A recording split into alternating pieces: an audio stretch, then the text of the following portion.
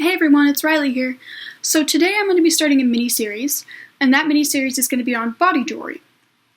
So again, I'm not a professional. I just want to reiterate that. This is just based on my own personal experience and knowledge. So I'm going to start out, this video is going to be on material. So I'm going to start out with 18 karat gold. 18 karat gold is a great option.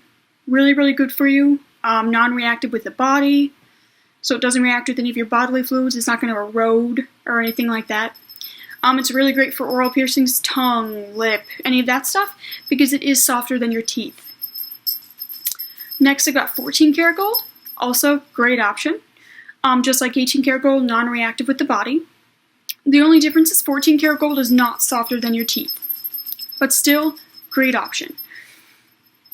Next, we have titanium. All my body jewelry is made of titanium. I always have worn titanium body jewelry. It's a really great option. It's non-reactive with the body. Very unlikely to have a negative reaction. If you've had any problem with, your surgical stainless steel or anything like that, using a titanium piece could really help you out. It's also lighter than the 316L surgical steel. So that's a good option, especially for tongue and things like that. Also, it can be anodized into many pretty colors, like my tongue ring is anodized into a nice dark purple. So that's really nice. You can get like blue and yellow and different shades of green and things like that. Next, I'm going to move on to niobium. Niobium is a relatively rare metal, as it is elemental. It is not man-made, but it is biosafe. It's a really, really great option. It is a little bit heavier than titanium, and it is much more expensive, so you won't find it in a lot of places, but if you do, it's a really great option. It is relatively difficult to machine. If it is not pure niobium, it can lead to a negative reaction, so that's something you have to be aware of. It needs to be 100% pure niobium. Next, I'm going to move on to 316L surgical stainless steel. Whatever word you want to use, it's the same thing. It is biosafe, low cost. It's the most common type of body jewelry you will find.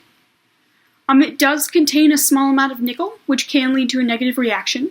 I've never had any success with any 316L surgical stainless steel piece. I always had a negative reaction. That's why I wear titanium, and I've had no problems since I switched to using titanium. But it is fairly common and it's cheap, so that's why it's very popular. Next, I'm going to move on to acrylic. I have very strong opinions about acrylic, especially since getting my tongue pierced. I watched a lot of videos of people saying that they put acrylic in their tongue. Okay, my problem with this is acrylic, when it erodes, which it will if it's in your tongue, leaches out cancer-causing materials. So you are leaching carcinogens into your body. That's not good. Wearing acrylic can give you cancer. That is the truth. Google it. It's true. Acrylic is not good for the body. I don't know how many times I have to say it. It is a known carcinogen. Do not be putting it in your tongue. Just don't. Don't do it. I will never do it.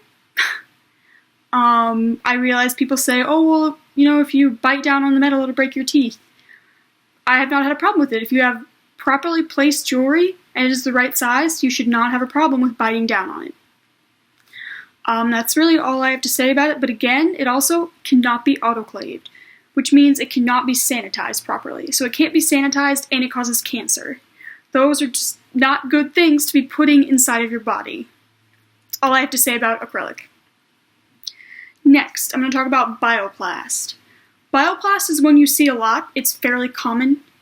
Bioplast is just a plastic. There's a lot of mixed opinions about bioplast. I personally would not use it. Maybe if I had to go to the dentist and get x-rays and my tongue wasn't healed yet, or, I couldn't take it out for a long period of time, I may put it in temporarily, but it can lead to negative reactions in people. So that's why the reports are varied, but it can be autoclaved, so it can be sanitized. I do have a piece here, just the barbell I bought for an example, so it's bendy.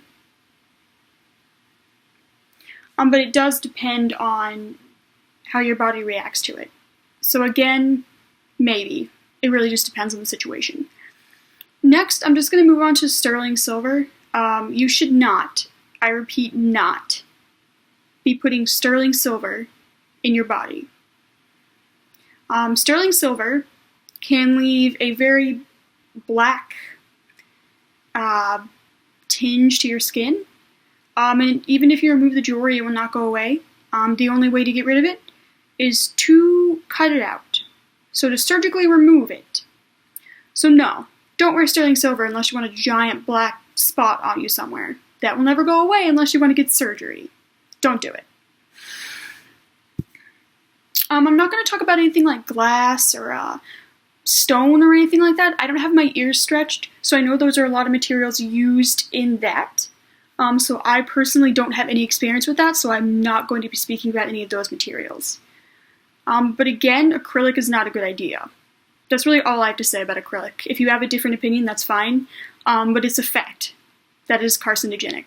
There is no denying that is a fact. So that's all I have on material.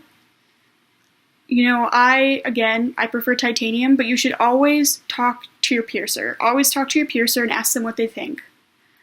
But again, don't use acrylic, and especially don't use acrylic in a new piercing because it can't be sterilized. So you could get a really gnarly infection if you use acrylic in a new piercing. Again, I want to reiterate, I'm not a professional. This is just my opinion based on my experiences. If you have any questions, send me a message or comment down below. Thank you.